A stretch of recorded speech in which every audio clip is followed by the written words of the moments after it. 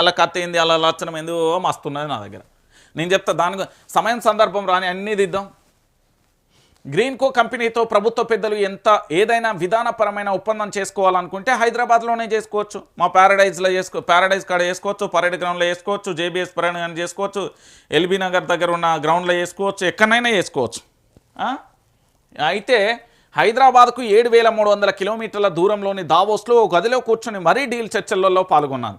ఈ భేటీలో ఐటీ శాఖ మంత్రి శ్రీధర్ బాబు, రెవెన్యూ శాఖ మంత్రి పొంగులేటి శ్రీనివాసరెడ్డి, ఆయన తనయుడు ఈయన ఎవరు వాచిల దొంగ, దాంతోపాటు భూ కబ్జాలు ఎదుర్కొంటున్న వ్యక్తి హర్షతో పాటు ఆంధ్రాకు చెందిన బీజేపీ ఎంపీ సీఎం రమేష్ కూడా పాల్గొన్నారు.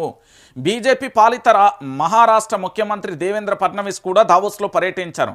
లోదా డెవలపర్స్ కంపెనీ ముంబైలో 1.3 లక్షల కోట్ల పెట్టుబడులు పెట్టడానికి ముందుకు వచ్చిందని, ఈ మేరకు ఎంఓయూ కుదిరించుకొని ఆర్భాటం ప్రకటించారు. ఇంతకీ లోదా డెవలపర్ కంపెనీ ఎవరిదంటే ఫడ్నవీస్ క్యాబినెట్లో భాగమైన బీజేపీ సీనియర్ మంత్రి ముంబై వాస్తవ్యుడు మంగల్ ప్రభాత్ లోదాదే అయిపోయింది.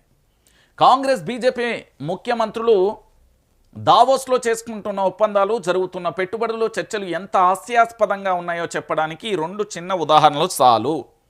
దావోస్లో కాంగ్రెస్ బీజేపీ మంత్రుల బిల్డప్ కహాని, హైదరాబాద్ కంపెనీలతో స్విట్జర్లాండ్లో మన మంత్రుల చర్చ, సహచర మంత్రి కంపెనీతో బీజేపీ సీఎం ఫడ్నవీస్ ఎంఓయూ, 7,000 కిలోమీటర్ల దూరం వెళ్ళి దేశీ కంపెనీలతో డీల్స్పై విమర్శలు, ప్రజాధనాన్ని వృధా చేస్తున్న సీఎంలపై సొంత పార్టీ నేతల ఫైర్, దావోస్లో షో ఆఫ్గా చేశారని కాంగ్రెస్ ఎంపీ రాజీవ్ శుక్లా ధ్వజం, మంత్రి కంపెనీలతో ఎంఓయూ ఏంటని జయరాం రమేష్ ఎద్దేవా, లోకల్ కంపెనీలతో గ్లోబల్ కలరింగ్.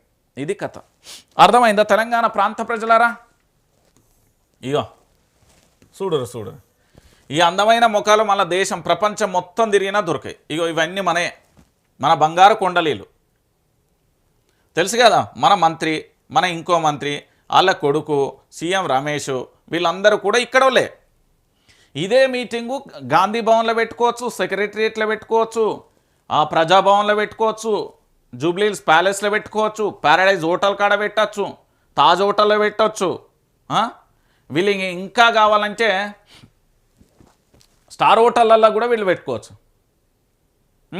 ఈ కంపెనీ ఒప్పందాలు ఇక్కడ గ్రీన్కో కంపెనీ, వీళ్ళ మంత్రుల కంపెనీలు వీళ్ళు ఒప్పందం చేసుకోవడానికి 7,000 కిలోమీటర్ల పోయి ఒప్పందం చేసుకుంటున్నారు. మళ్ళీ ఇదేంటి అంటే దావోస్కు వెళ్ళి మేము పెట్టుబడులు తీసుకొచ్చాం, దావోస్కి వెళ్ళి తెలంగాణ రాష్ట్రాన్ని అభివృద్ధి చేయడానికి మేము తీసుకొచ్చిన పెట్టుబడుల చిట్టా. దేని తీసుకొచ్చిల్లండి వీళ్ళ లొట్టపీస్? ఏం చేస్తున్నారు ఇక్కడి కంపెనీల కోసమా?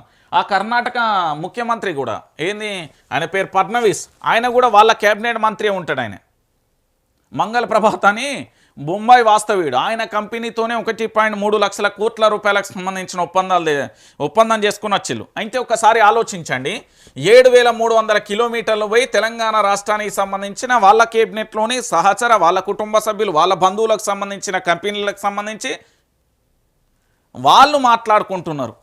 నీ దాంట్లో నేను ఇంత పెడతా, నువ్వు నా దాంట్లో ఇంత పెట్టి, ఇది తెలంగాణ రాష్ట్రానికి ఇంత అన్నట్టు లేదు ముచ్చటిదంతా. ఈ మీటింగ్ ఇక్కడ పెట్టరాదా?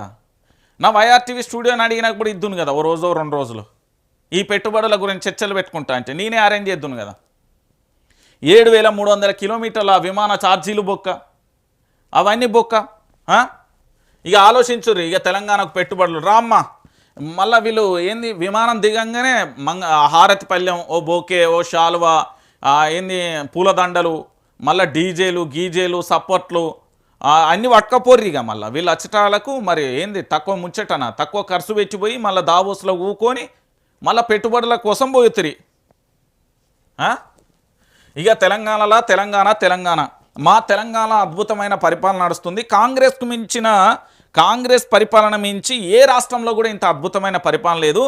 మా ముఖ్యమంత్రి నిజమైన మనగాడి లెక్క పరిపాలన చేస్తున్నాడు అనేది చాలా మంది కాంగ్రెస్ నేతలు వాళ్ళ ఫాలోవర్సు, లొట్టపీసు, ఇంకోడో మా తాత కాంగ్రెస్, మా అయ్య కాంగ్రెస్, నేను కాంగ్రెస్ అనుకునే లొట్టపీసు వాళ్ళందరూ యమ అరాచకం చేస్తున్నారంటే సోషల్ మీడియాలో ఏది పడితే అది పెడుతున్నాను. ముఖ్యమంత్రి ఏం చేస్తున్నాడు? మరి మేము చదువుకున్నాం, 10వ తరగతి పాస్ అయినాం, ఇంటర్ పాస్ అయినాం, డిగ్రీలు పాస్ అయినాం, పీజీ పాస్ అయినాం, ఎంపీలు పాస్ అయినాం, పిహెచ్డి పాస్ అయినాం, లేకపోతే మేము ఇంత చదువుకున్నాం, లేకపోతే మాకు ఈ సమాజం గురించి ఇంత అవగాహన ఉంది, సమాజంలో జరుగుతున్న ప్రభుత్వ పరిపాలన గురించి మాకు ఇంత తెలుసు అన్న సోయి లేదు.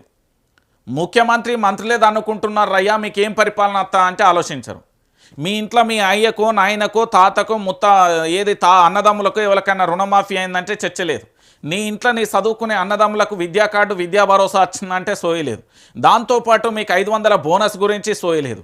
దాంతోపాటు ఇంకొకరి మోటార్లకు మీటర్లు పెట్టబోతాడు, దాని గురించి ఆలోచన లేదు. దాంతోపాటు ఈ తెలంగాణలో పత్రికా స్వేచ్ఛ అనేది లేకుండా పోతాను. దాంతోపాటు